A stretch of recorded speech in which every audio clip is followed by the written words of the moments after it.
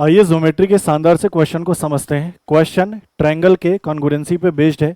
अगर आपको रूल पता है आसानी से आप क्वेश्चन को सॉल्व कर लोगे। क्वेश्चन क्या है तो देखिए, क्वेश्चन कह रहा है कि ए बी सी डी एक वर्ग है। सबसे पहले मैंने एक वर्ग बना लिया, नाम दिया ए बी सी और डी, ठीक है। फिर कह रहा है एम ऑन एर, ए बी का जो मध्य बिंदु है वो एम है और बी सी का जो मध्य बिंदु है वो क्या है, एन है, ठीक है।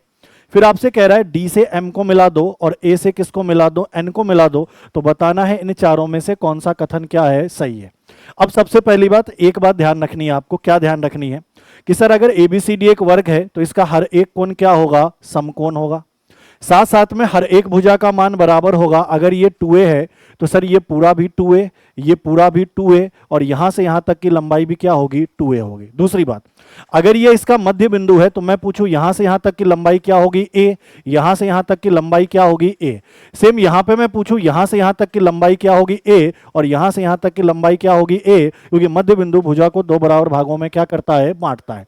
अब मैं क्या करता हूं, इस वाले त्रिभुज को, कौन से वाले त्रिभुज को, तो ध्यान दीजिएगा, त्रिभुज डी ए एन, ये वाला त्रिभुज डी ए और एम, डी ए और एम।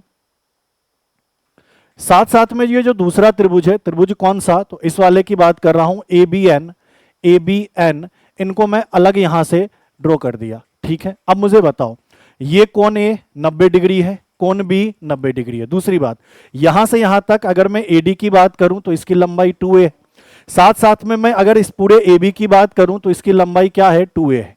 मैं अगर ए एम की बात करूं तो इसकी लंबाई a है और मैं यहां बी एन की बात करूं तो इसकी लंबाई भी क्या है, a है। अब मुझे एक बात बताओ, यहां पे मैं ऐसा कह सकता हूं, क्या कह सकता हूं कि सर इस वाले भुजा की लंबाई इस वाले भुजा के बराबर है, इस वाली भुजा की लंबाई इस वाले भुजा की लंबाई के बराबर है, साथ में ये वाला कोण इस वाले कोण के बराबर है। तो अपने पास सर्वांगसम का कौन सा रूल लगा, एस ए एस, भुजा कोण भुजा से ये दोनों त्रिभुज क्या साबित हो गए, सर्वांगसम।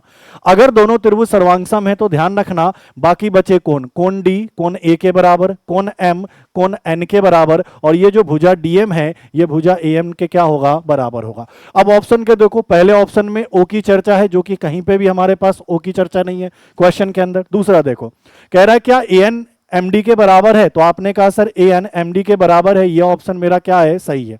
तीसरा, कोण डी कोण एन के बराबर है, नहीं, कोण डी कोण ए के बराबर है, तो यह ऑप्शन भी क्या होगा अपना, गलत होगा। अगले की बात करें, कह रहा है कोण एम कोण ए के बराबर है, कोण एम कोण एन के बराबर है, ए के नहीं, तो यह ऑप्शन भी गलत होगा। ऑप्शन नंबर 20 क्वेश्चन का क्या होगा, बिल्कुल ही सही उत्तर।